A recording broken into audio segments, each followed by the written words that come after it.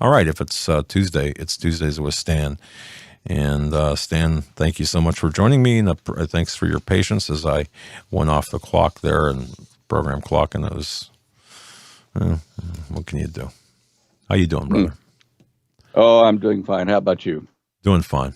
Doing fine. I got to ask you, though, is it cold where you're at? Are you, is it really cold? No. Outside? What's about 50 degrees, something like that. Okay. All right. We just can't seem to shake winter up here. I don't know. It's like 42 degrees, and the wind off of Lake Erie is cold, and it just seems like it's really cold. Anyway, I can't wait to get my cabin cruiser in the water. Oh, wait. Never mind. Anyway. Some might be fooled by that, but not me. No. No, it's cold. It really is. But okay. You're doing well. Holly's doing well, I take it? Yeah. Good. We made some chocolate chip cookies over the weekend, and I've availed myself of the testing duties, you see, to be sure they're okay. Hey, and I do that too. Thanks, Holly. Hey, Holly, I'll send you my address. I hear you make some good cookies, but dare to prepare. What? She writes good too. You got a lovely wife who bakes. I mean, how great is that? But my wife makes some great cookies too. And by the way, it's my wife's birthday today, folks. I want to just tell you that, and happy birthday to a woman I love. All right, Stan, let me ask Eric the tech. Eric, is there a way to filter out that red? It looks like I'm dying of red flush here. I don't know what's happening here. I can see what I can do. Okay, thank you, sir. All right, now back to the issue here. What's on the news for today? Coronavirus. Oh, that's novel, so to speak. I throw that in. I got to tell you, it was kind of a relaxing Tuesday. Laid back. I shouldn't say relaxing, laid back. So, laughter is good for the soul. Novel, indeed. Yeah. The novel coronavirus. Yes. Just before we get too much into that kind of stuff, slide 49 on my show images page. Okay. I have a picture there in the icon of George Washington, and underneath is a link to an article about it, which goes into a government location, government thing on science and technology, and it shows you the story, which basically is that during the Revolutionary War, smallpox was hitting the population of the United States and the English and, of course, the Continental Army. Now, Washington had known about the early test of using an inoculation for various viruses and things to counteract them. So he asked the Continental Congress, he said, look, guys, I need to go and inoculate my men because they're coming down with smallpox, and only 1/4 of the whole army has ever had it before, and it's immune. And so he had a battle with them. They didn't want him to do it. So he just said, right, up yours. I'm going to have my men inoculated. So he had all of his commanders out there. He sent letters to them, inoculate your men with smallpox. And the way they did it then was they cut a little cut into your flesh, and they rubbed some live smallpox vaccine into it. And that helped a lot because they were able to reduce their casualties to very minimal amounts. But I just thought it was interesting that the founding father of this country was brave enough to use inoculation for smallpox. And back then, even, we had problems with viruses. And smallpox has theoretically been eliminated, but they've had a couple of graves and things exhumed, and apparently the smallpox vaccine or virus is now loose again somewhere. That's nice to think about. But I'm sure Washington put a moratorium on the Revolutionary War, closed down businesses, and pulled men back. Right? I'm sure everything stopped during that time. Yeah. No, I understand, but no, it didn't happen that way. Now, slide 55 is rather interesting while we're talking about how far back this kind of stuff goes. If you go to slide 55 and click on the picture, it's a huge picture, so you have to kind of zoom it up a bit. You'll see that the United States the world had 4 major viral catastrophes. But this shows you here in 1919 a picture of women walking down the street wearing these masks across their face to prevent being infected or to infect someone else. And then the next slide over, you see you see a woman typing with her mask on. In the street, you see ambulances carrying people away, and everybody's wearing masks again. And then a photo that says to people, wear a mask or go to jail. So it's not a new issue where we're looking at this. And if you go to the end slide, you'll see that in 1720 there was a plague, 1820 there was cholera, 1920 there was the Spanish flu, and now, of course, we've got coronavirus. And all this is because we are every 100 years experiencing some kind of a plague. It seems odd, but it's darn near every 100 years exactly that a plague really hits the United States. So, well, just thought of. Yeah, Stan, I'll tell you what, I got a problem with wearing a mask. I really do. Do they help? It's a great time. Oh, I don't know.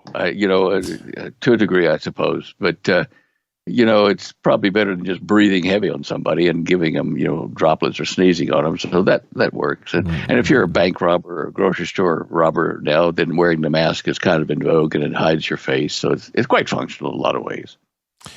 I was thinking about that. And I had sent Eric a text yesterday.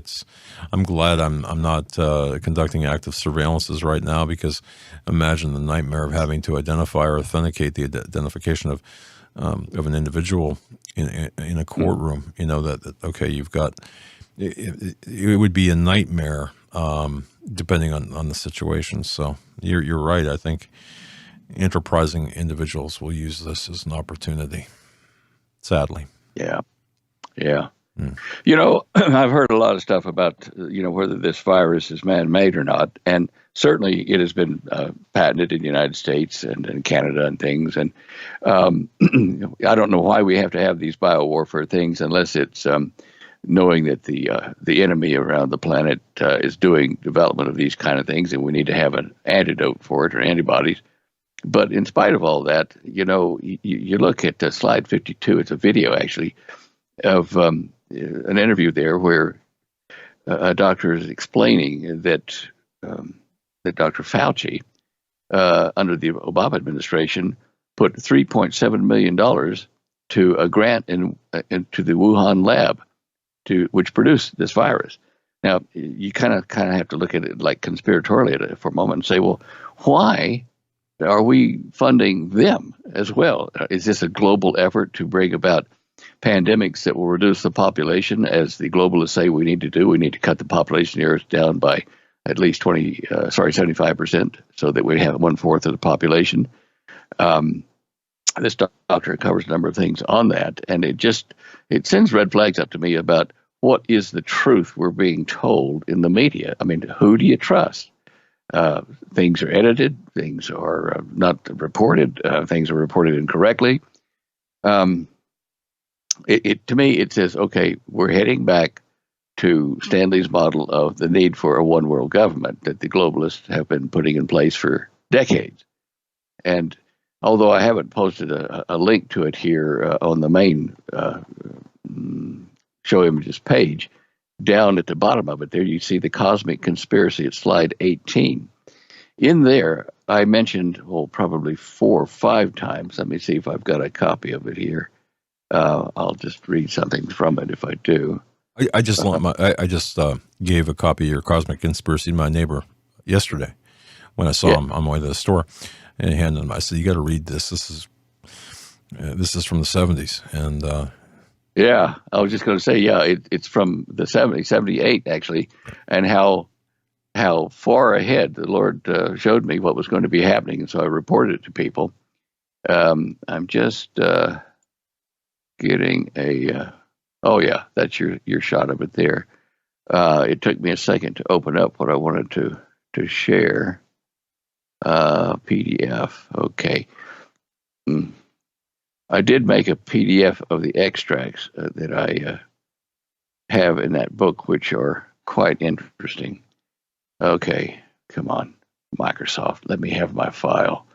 I was just going to read you some of these clips from page 55, page 83, and page, where is that? I don't have a page number. Toward the end of it in the millennial edition, 1998 millennium edition of Cosmic Conspiracy. But here are some things. Page 83 probably. All we would have to do was to concoct spurious global crises, break down the cultural boundaries, embarrass their established orders, and threaten them with World War III or nuclear annihilation, and we could force people, into this world government.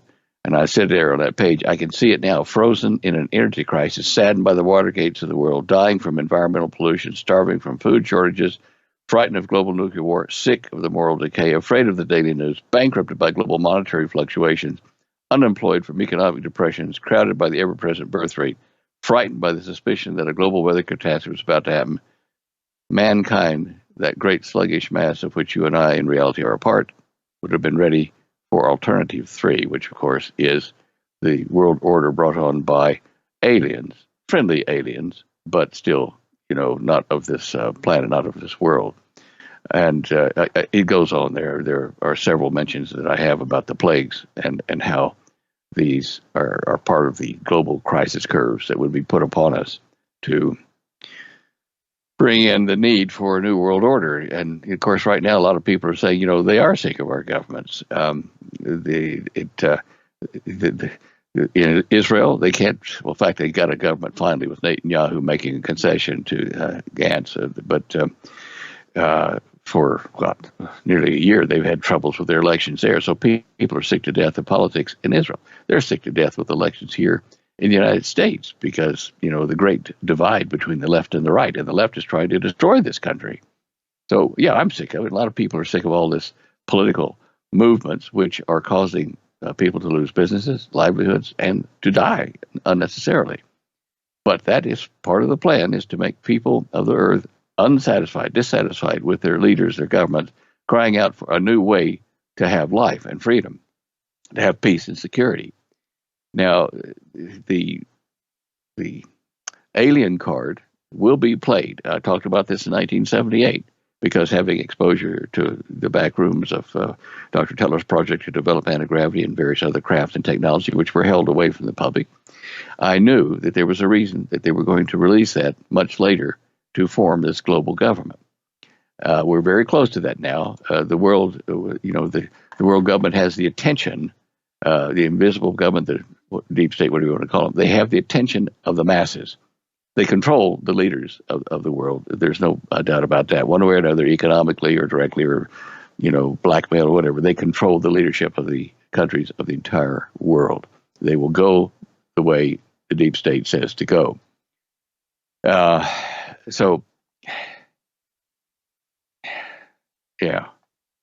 Can we fight this? Obviously. I mean, can we no. efficiently fight it? No? No, I don't think so. It's too far gone. There are other things happening, which drives a lot of us that are Christians and evangelical Christians who study the Word of God to believe that we must be close to the tribulation period, the great 7-year tribulation period where majority of the planet dies from one disaster or another. And we're, some of us, believe in a rapture where the believing Christians will be caught up out of the earth, and that'd be good. But I'm going to put a caution out there at this time to all the people who are looking for a rapture, whether it be pre or mid or whatever, that Jesus himself warned people in Matthew 24 through 26. I'm going to read that because the deception of these alien, messiahs coming to us is part of this plan. For there shall arise false Christs and false prophets, and they will show you great signs and wonders, insomuch that if it were possible, they should deceive the very elect, being the Jewish people and the Christian, believers who are active at this time. Behold, I've told you before.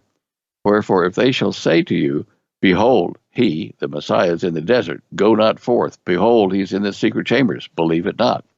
Now, if you click on slide 47's text, it takes you to a video where a guy warns about a false rapture and the blue beam use of blue beam technology to fool everybody.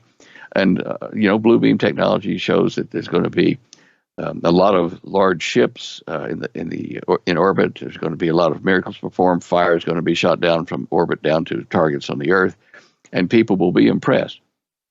But if you read the prophecies, especially about the rapture, it's going to happen in the twinkling of an eye, in a 5,000th of a second or less. It's going to happen all over the planet to those who are being caught up in the rapture.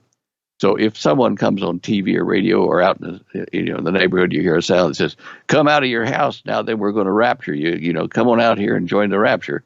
However they say it, don't believe that, because wherever you are, if you're in a hospital, if you're in a bed asleep, in a shower or whatever, you're going to be changed in the twinkling of an eye in that event. So don't go to the false ones. Now, this guy's talking about it from a logical point of view, and he tells you in a video why he thinks that.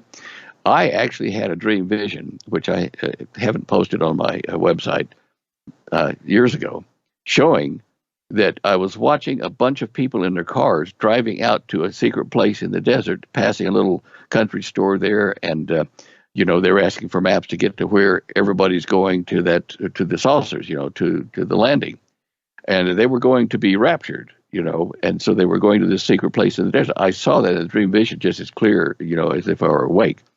And I knew what it was about. It was to warn people, Christian people, do not be deceived by a false rapture. And remember, Satan is very, very clever.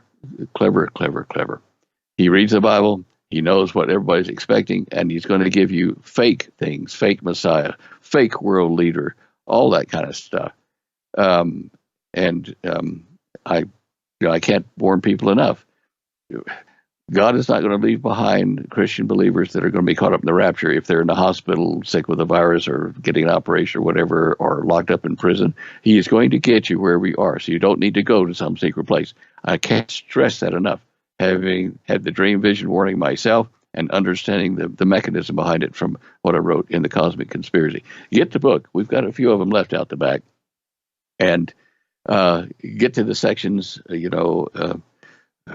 where I talk about world order and crisis curves, and into the millennial edition at the end, where I tell you how this satanic deception is going to occur and why I can say that from stuff that I translated from the book of Daniel, just short passage telling about the Antichrist and how he's going to have the backing of a false alien god.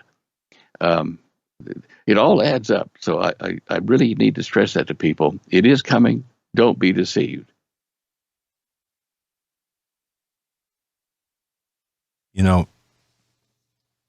Thinking about this, Stan, it hurts my heart to think how many people, Christians, believers, people with good hearts, bad discernment, are going to get caught up in this. I don't know. I was listening to you intently, and folks, there's a section in Cosmic Conspiracy, a number of sections that I really consider more important than other things. But I mean, everything's important in there. But Stan's got a way with things, with writing things and helping us understand things. So that's why Cosmic Conspiracy is really. It should be part of your library. So get Cosmic Conspiracy. Please do that. But Stan, as you're talking there, visions in my head, I think just kind of mental pictures, seeing other Christians, kind of begging their families, saying, come on, let's go. It's happening now. Like you were describing. And the deception being so great. I don't know. It hurts. It hurts me.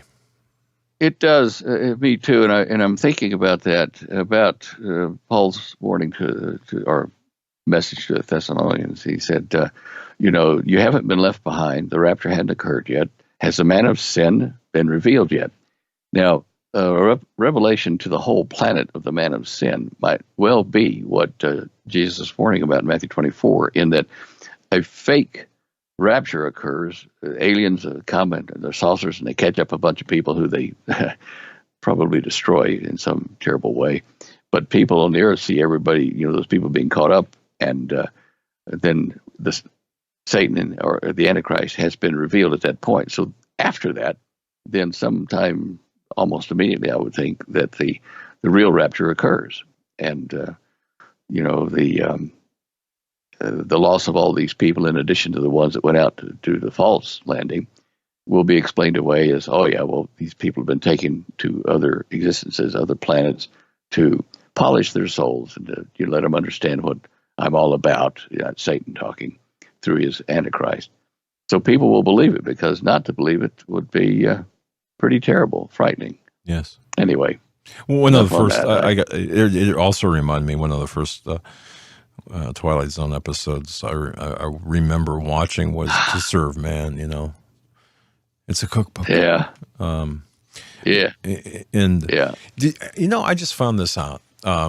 Speaking of, for people's useless knowledge, level of useless knowledge, there was one word. Stan, I'm going to see if you know this.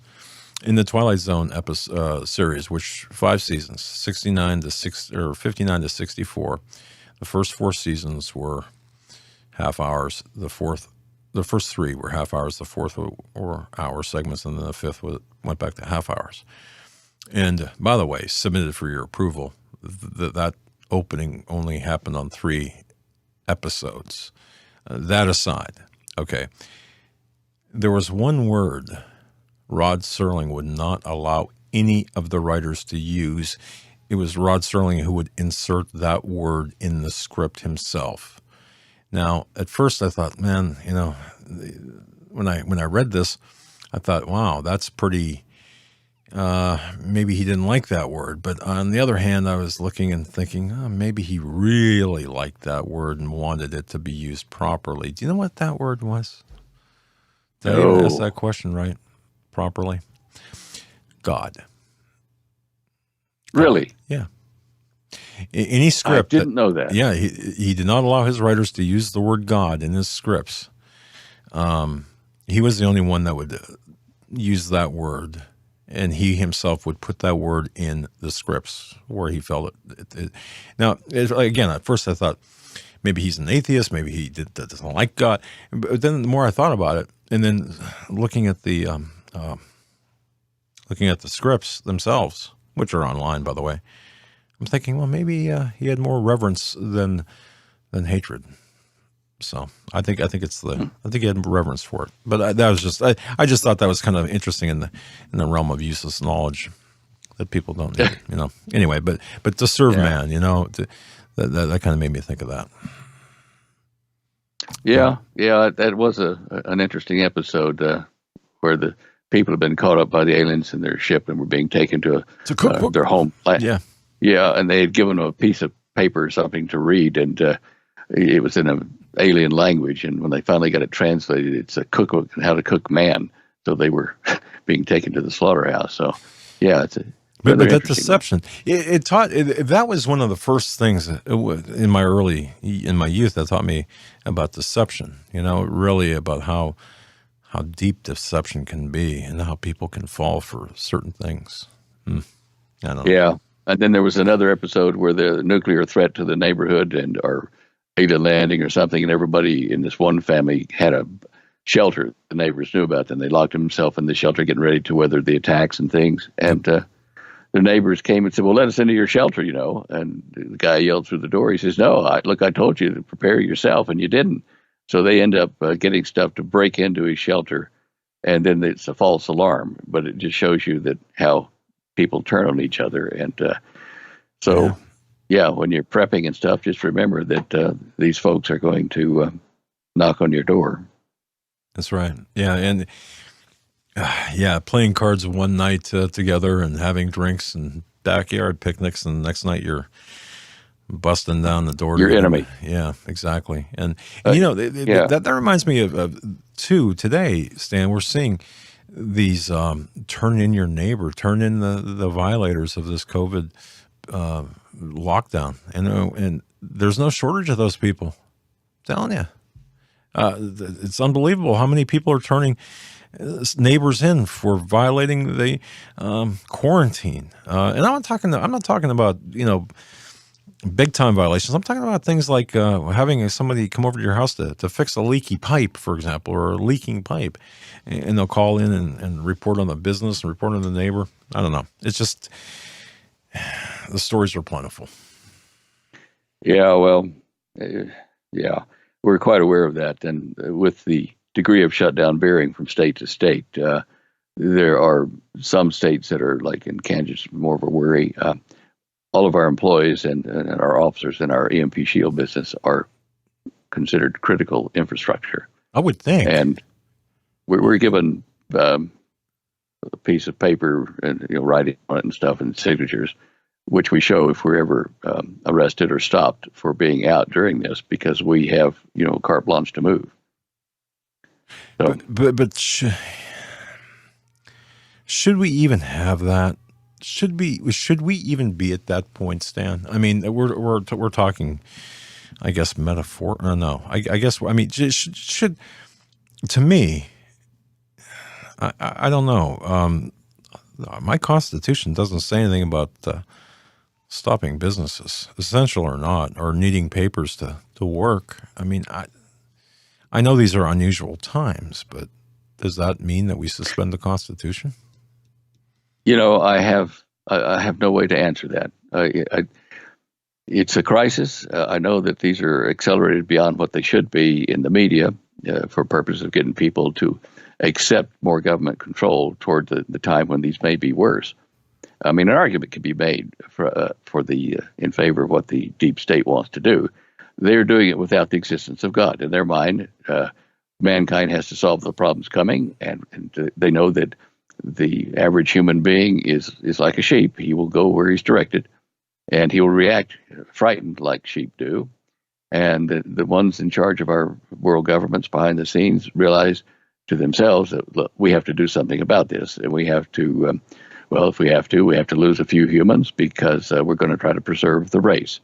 And so they make these kind of big decisions, which violate a lot of our ethics, our Constitution of the United States, and they do this thinking they're doing the best thing, and that religion is an opiate of the people, and that God is not really an issue.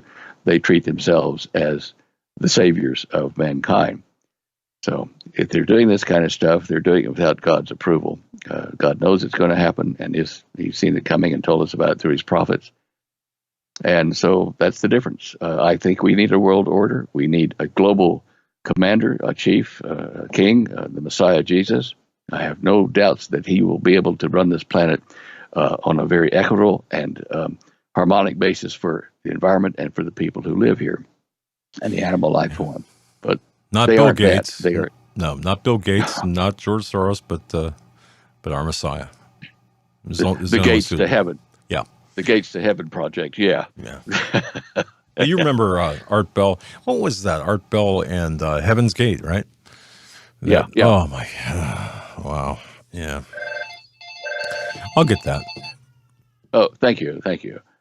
I better grab it though. I don't know if this. Oh yeah, she's got it upstairs.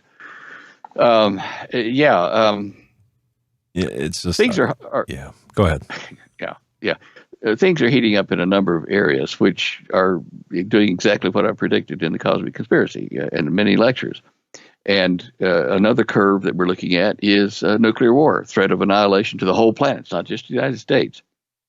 So this is another one of those global crisis curves that will force people, to run to a world government, to give up, more liberties, to have peace and security, and to be, in essence, controlled by, the castle owners of the planet, who are handling the serfs, and that's all of us down here at this level.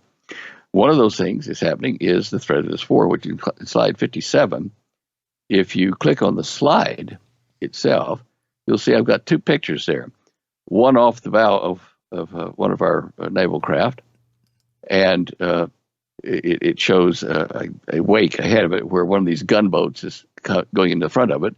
And what you've got there is a close-up of that gunboat, and the guy's got his safety off and ready to fire, on the U.S. ship, or at least to throw shells in their direction to look threatening. Now, if you go to the hard link there in the text underneath, that'll take you to a video showing several, drive-bys of these boats, Iranian boats threatening U.S. naval craft in the area. And this is, by a nation that declares America as the big Satan and Israel as the small Satan. They want to destroy us, Islamic law in their country. Now, this means this war curve, is closer than ever. And we know, of course, with China and this Wuhan virus issue, that world opinion is pretty much against them. And again, this is laying the groundwork for a confrontation between the United States and China. Yeah, there you go. That's that video. Yep. They're out there harassing us. They're just daring us to do something to take him out. And I suppose if one of them fired our ship would totally destroy them. And of course, that would then be reported in the press, especially the Iranian press, as American aggression. They're just taunting us. They want to have the war. So you've got Iran, you've got China, you've got Russia. All these people, all these countries are gathered together against the United States in a very tight little consortium. It reminds me of what the Hopi prophecy keeper told me in Hollywood when we were down there years ago at the Hopi Nation, the Shungopabi Nation. We were there. Shungopabi, Mesa, the second Mesa in the middle of all that. But they told us, a prophecy keeper did, that 3 nations would invade the United States: China, Russia, and a Middle Eastern nation. And that they would absolutely clobber the United States in this invasion, but they wouldn't stay long. They'd turn around and leave, probably because the country is so destroyed or disease-ridden or whatever, but that a portion of the United States would survive this over near the Rockies and near the Four Corners of Utah and Colorado and Arizona and New Mexico in that area. So I feel this coming. I mean, Iran is a Middle East nation. I don't think Saudi Arabia will be making the attack, but I could be wrong. I think it would be Iranian forces who want to take out Jerusalem with the Quds force and to take out the United States. So we're there. That's just another one of the curves that's coming active.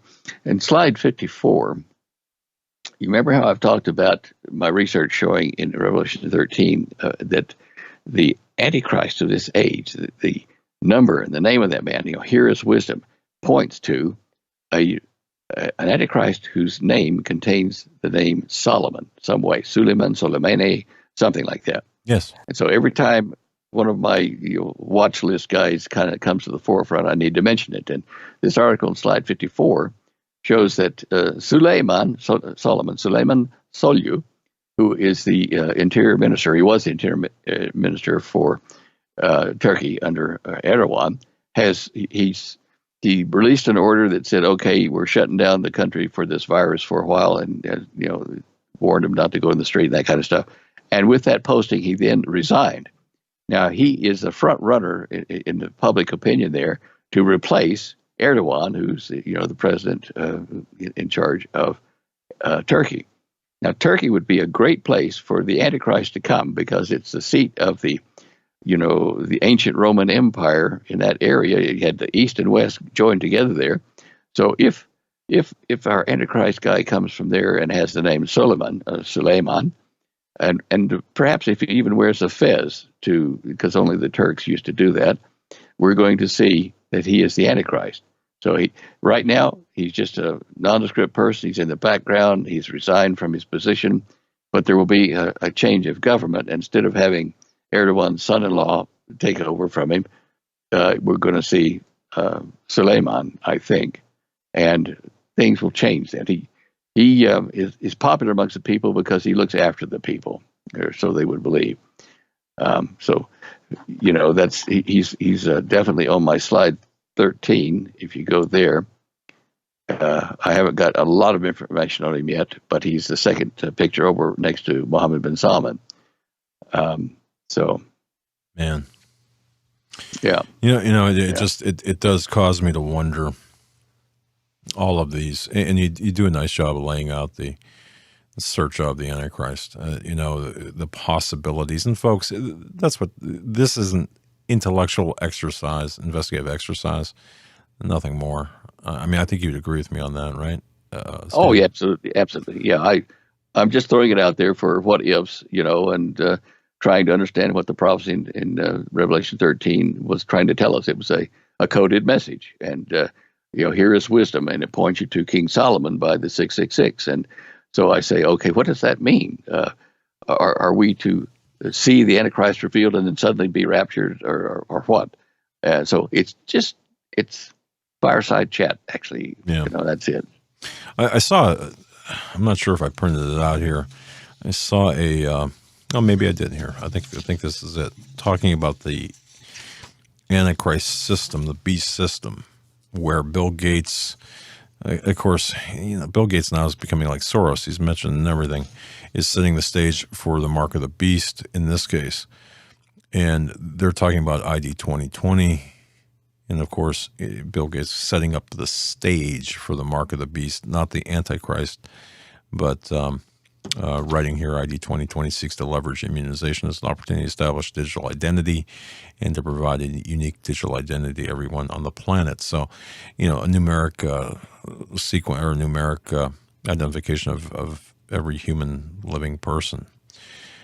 Interesting architecture to go to in conjunction with your study of who could be the man of perdition. So. Right. Yeah. It's but definitely it's he can use the system. The Antichrist can use the system that Gates has developed. Sure. It's there. The tools are there for the Antichrist to use. And I'm glad in a sense. I'm seeing more and more people look at biblical prophecy in a more they're starting to look at biblical prophecy, and they're starting to look at the Bible and starting to pay attention, and that's a good thing to me, anyway. Where they're saying, "Wow, this is coming right from the Bible." It seems like I don't know whether that's going to help, but that's interesting. In slide 45, something right up what you just said, right up the alley, is a guy named Clarence Sexton. Is praying for a revival, one last great revival before everything falls apart in the tribulation. And it's only a 4-minute video, but it's not just him asking to pray for a revival. He tells a story about in a church in, I think it's Scotland, where they were praying for revival. There are these two sisters that they existed. A very short story, only four minutes. But in the congregation was a young fellow named Donald who was helping, the pastor, and handing out literature and passing the trade and that kind of stuff. But the derivative of that is what happens to this guy. His name is Donald Smith. But what happens after that will astound you. I mean, it will encourage you and astound you. You just have to go look at this video. I promise you, it will inspire you if you are a believer in any way in Jesus. It will inspire you. I had tons of people send me this video, and I'll tell you what, I watched it, and even in preparation of this evening's show, I looked at the video as well, or I clicked on the link, immediately recognizing the video, and it's well worth watching. Go to the show images page on standeyo.com, folks, and watch this. It's really a great piece of video. It really is. Makes you think. Yeah. Well, it certainly encouraged me. I just, I still feel that it tells us heavily that the hand of the Lord is upon our country and its current leadership. And so I'm just encouraged by it all. Yeah, I am too, in that case. Yep. Slide 46, the fig tree generation, the generation that will not pass before all these things come to pass, according to what Jesus said. If you click on that link, it's it's long enough that you have to take a few minutes to read it. But it's talking about how we determine what the length of a generation is. Normally, we can put a length at 70, which is 70, but then we could do it at 75 for an unrighteous generation. But there is one generation mentioned in passing in one scripture that says that he who is strong and endures past the 70 age up to 80 and above is of a generation of enduring strong people. So 80 years you can use it and say, okay, if Israel was formed in 1948 and that length of time is added, it comes to the end of the tribulation when all these things will come to pass as 2028. Back up 7 years. Oh, well, that's next year. Uh-huh. And next year starts around September or so in Rosh Hashanah this year.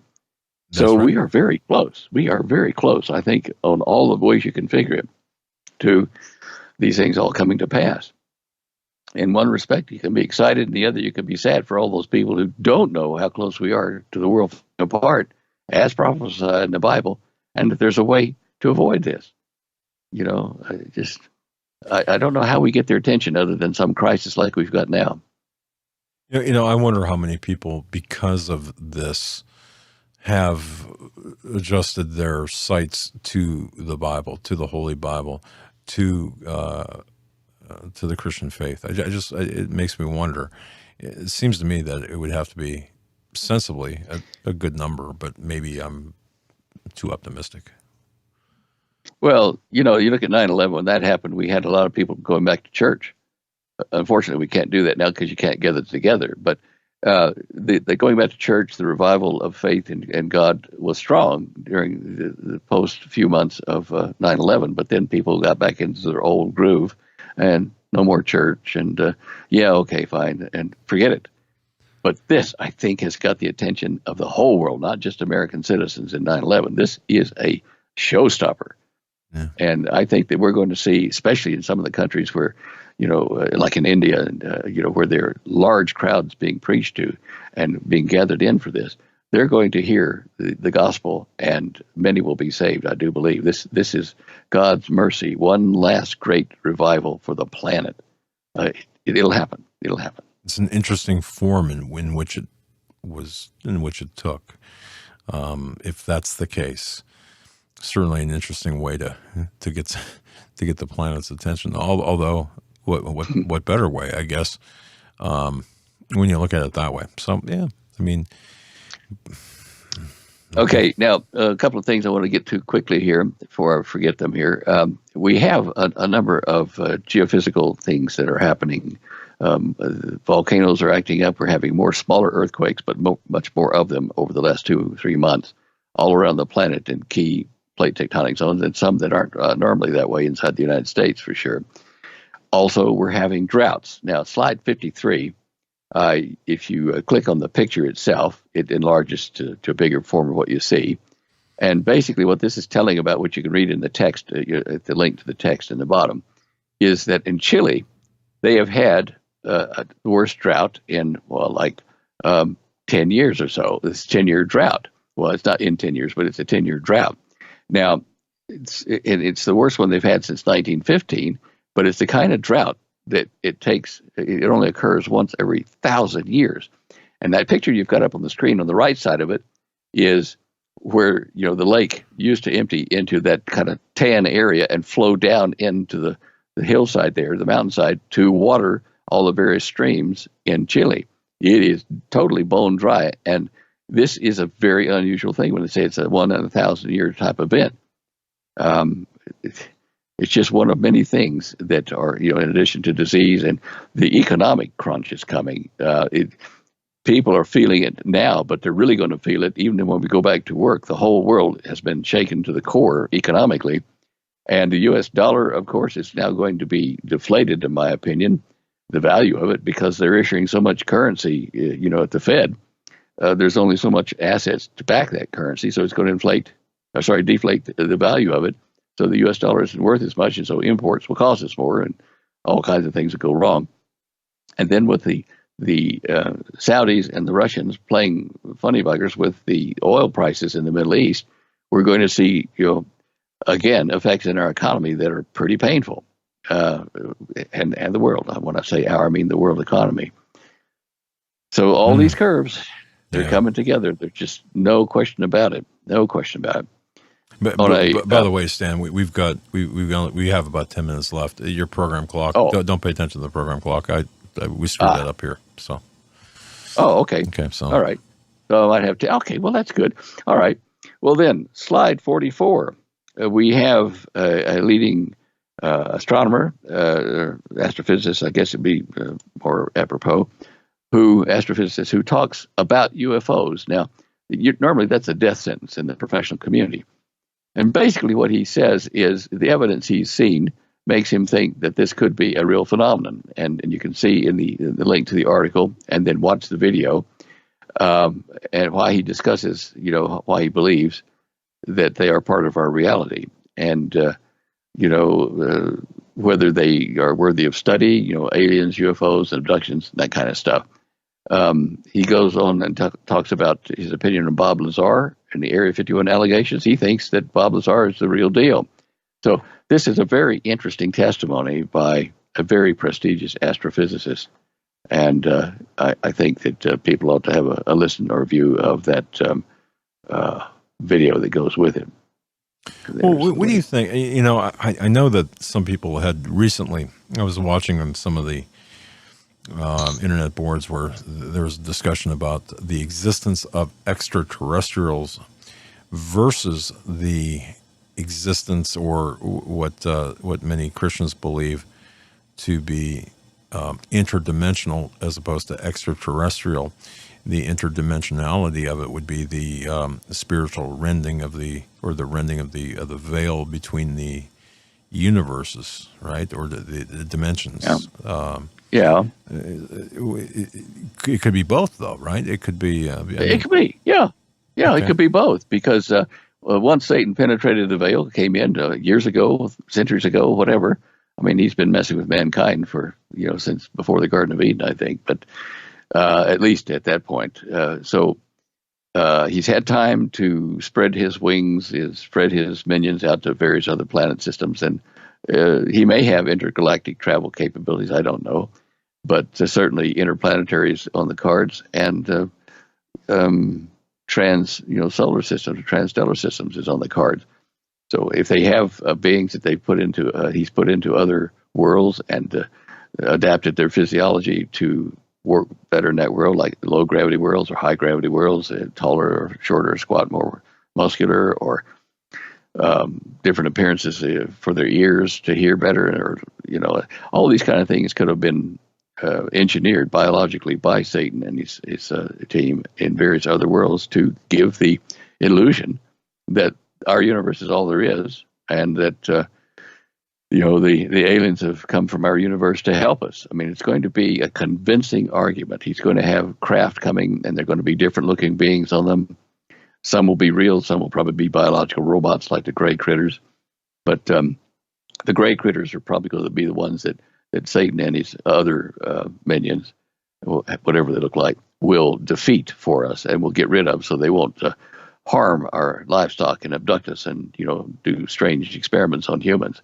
And he will, of course, deliver mankind from the threat of these evil aliens, which, of course, is part of what he created anyway, and be a hero. His minions, his Antichrist, and his forces will be heroes, and they will do things like show, probably holographic 3D images of the crucifixion or of Jesus' life, and say, look, we were there when this happened. We recorded this for posterity so you get the truth. And they'll put Jesus down as one of the great prophets of the ages, and that way blend into the Islamic model for the earth at that time, which will be a sort of Judeo-Christian Islamic religion for the whole planet that'll try to solve or serve all three religions. And one of the common factors I see there is that they're going to introduce beheading of people who don't worship the beast. And that's, an Islamic trait. However, Christians have used it too in Europe in ages past when the Catholic Church was trying to convert everybody. So it's going to be a grand deception. That's what we're looking for. And they will do things that will impress people and make them think there's no heaven outside of our universe, that it's all within our universe in a very corporeal thing, solid thing. And that will be part of the great deception. People will believe it because they want to. The alternative is just too bad. Man. Yeah. Wow. What a time to be alive. What a time to witness the events that we're seeing. And even more importantly, I think, what a time to have the ability to make whatever change to be a part of making certain changes, influencing events. And, I think God's given all of us a job, and, you, me, and everyone listening and viewing this. And I think that we have to play our role, play our part, and do the job that we were given. That's my view. And, just as you showed Washington and the Revolutionary War, they had a job to do. We have a job to do, and I believe a lot of it's spiritual. So, let's do our jobs. You mentioned Washington again, George Washington. I remember the vision that he was shown by an angel that appeared to him there while he was in the Ward Valley Forge and various other places of it. The angel gave him an outline of what was going to happen to the United States and why it had to be formed, and it was prophetic from the very beginning. Washington prayed. He prayed a lot. He would go out in the woods by himself and kneel down and pray. A great leader for our country, and God chose him well. So, yeah. Yeah, and the visions that he had for America were not, obviously, we might see that come to pass now. Cities burning, and who knows? It looks, a year ago when we were sitting here talking, a year ago versus today, so much has changed. It's almost breathtaking to think how much has changed in the year that we've been in, just this past year. Yeah, unbelievably fast. Yeah, exactly. Yeah, and so that makes me think we could be sitting here talking in 3 months, or maybe not, because who knows? But and we could be dealing with a whole different set of circumstances. It's just I'm every morning when I wake up, I just think, my goodness, what is today going to bring, and how much further down the road are we going to be going today, just in the 24 hours ahead of us? I don't know. I've been waxing philosophically of late, so, and thinking that as well. When I'm just going to share with you something that happened here yesterday on our property. We sit on the side, not quite at the crest of a small hill here in our neighborhood, kind of in a desert region anyway. But from time to time, I've looked out the front door and I've seen the wind blowing, let's say, that way. And then I've gone to look out the back door and I've seen the wind at the same time blowing that way. Explain that. Yeah, well, we were in the middle of a vortex of air around us, a mini dust devil, if you wish. Uh-huh. Yesterday, one hit, we were sitting in the living room, and we have a rather large barbecue grill, that we have to set the brakes on it. I forgot to put the brakes on it, but it was sitting on our deck, and we heard this almighty whoosh and crunch, and one of those vortexes came up underneath our grill and moved it across the deck about 10 feet, and then it was gone. So these microbursts are going to probably be like that in reverse, where they come down. But it was still rather reminding us that things are happening around us that aren't normal with the weather. On that note, I'm glad you mentioned that. I just wanted to say this. One of the first times I've ever seen that, how you talk about your grill, I saw that as well with pool water, okay, where it lifted pool water out of the pool, near the center of the pool, not in the center, but near. And I thought, my goodness, what was that? And it was like a dust devil, except with water. But anyway, go ahead. You have a pool of water? Yeah.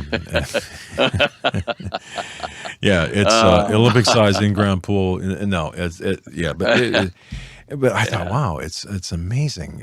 Yeah. So, and I just happened to see that here within the last couple of days. With the weather and the wind and stuff. So really. Okay. Well, I know we've had a lot of tornadoes on the southeast coast and down into Florida region and Georgia and that kind of stuff. Very destructive things, and I can expect these things to get worse. And sadly, one of the the feeds that I use off of NASA, the SDO, Solar Dynamics Observatory, since March 13th has been offline for the magnetic stuff. I can't get any current magnetic field images. I heard that. Why is that? Why? Staff that had to go home or something, because of the virus. I don't know. But it's been dead in the water, which is one of the things that I really looked at to try to predict, solar events that were of critical interest. We have had our first coronal mass ejection, which generated a G1 class magnetic storm on the Earth a couple of days back. In fact, Holly and I checked on it because we felt rather lethargic and kind of spacey. We felt funny in our head. And it was because of this magnetic storm that was caused by this minor, really, in my opinion, coronal mass ejection a few days earlier on the sun. If the sun continues to increase its thermal output in the infrared and some of the ultraviolet, which is being absorbed as well, maybe we're going to see more turbulent weather like we're seeing now in diverse places as the heat engine of the planet is, fed by the sun itself and various things it's doing. It's something to concern. Look at. All right, we got a minute left. A minute left. Okay, slide 58. You can go to the text on that later. It's a warning or a thing that it's an article on how President Trump is protecting the United States from EMP pulse, and I just thought it was important to mention now. In the midst of all the other things he's faced with and handling, this was one that was very important as far as shielding your stuff from EMP attacks, EMP bombs or whatever, because I think we're very close to seeing somebody try to hit us and further disable us rather than just with a virus. Yeah, that's the one. Do as well. Folks, that was a year ago. And Stan, of course, and his crew, EMP Shield. You need the EMP Shield. I'm telling you, it'll protect your wares, your electronics from sun, from EMP attacks, whatever. Stan, thank you so very much. We're out of time. God bless you, my friend. Thank you. All right. Hope we see you again next week. God bless you. Indeed. Bye-bye. All right. That was Stan Deyo from standeyo.com. Make sure you click on the show images page. Folks, I want to thank you again for sticking with me for another program. Thanks, Stan and Holly Deyo. My goodness, what gracious people they are. May God bless each and every one of you. I'll be praying for you tonight. God bless. Have a great night.